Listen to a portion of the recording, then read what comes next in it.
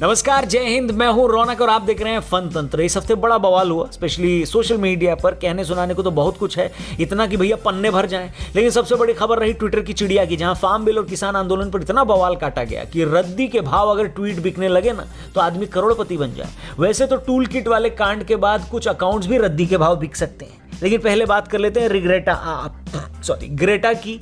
मतलब कुछ पंक्तियां हैं दिल में आई हैं, तो सोचा शुरुआत में ही आपको सुना दूं कि मैं फार्म बिल का पन्ना हूं, तुम टूल किट का ड्राफ्ट प्रिय। मैं फार्म बिल का पन्ना हूं, तुम टूल किट का ड्राफ्ट प्रिय। जब पोल खुले है प्लानिंग की, दिखलाती विक्टिम कार्ड प्रिय।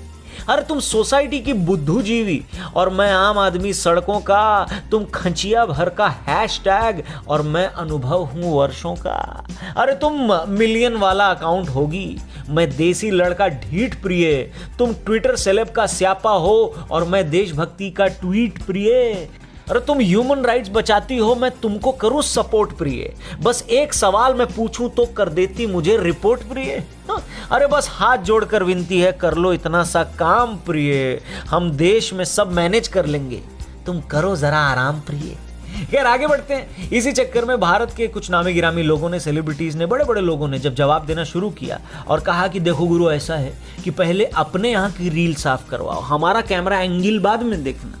यानी पहले अपने यहाँ के बवाल को निपटाओ, भारत देश को हम मिलकर संभाल लेंगे। इतना क्या कहा उन लोगों ने, तो बहुत सारे लोग उनको ट्रोल करने लगे, बिकाऊ बोलने लगे। तो ऐसे सोशल एंटरप्रेन्योर्स को हम थोड़ा कुछ कहना चाहते हैं। अर्ज किया है कि तुम मल्टीप्लेक्स की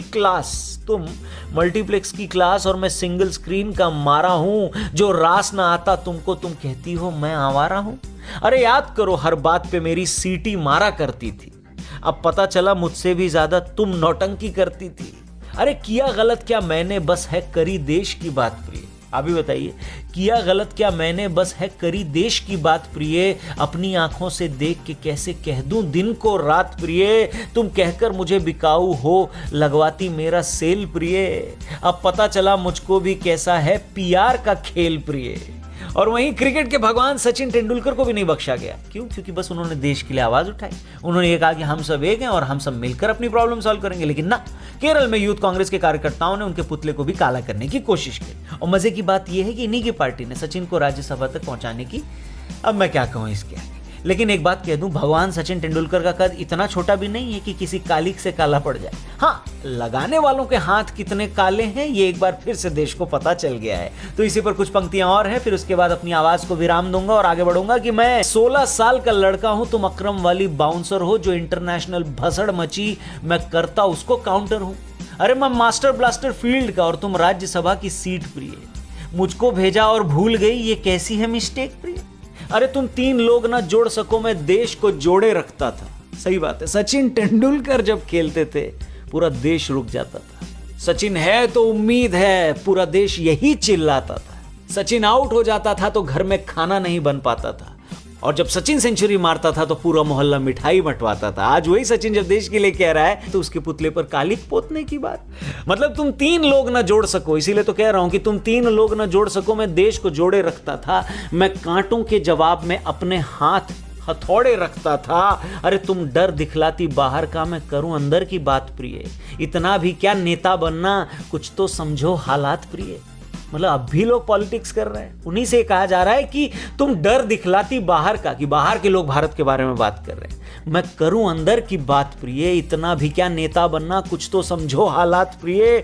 तुम बैलगाड़ी राइड हो, मैं न्यू इंडिया का फैक्स प्रिय।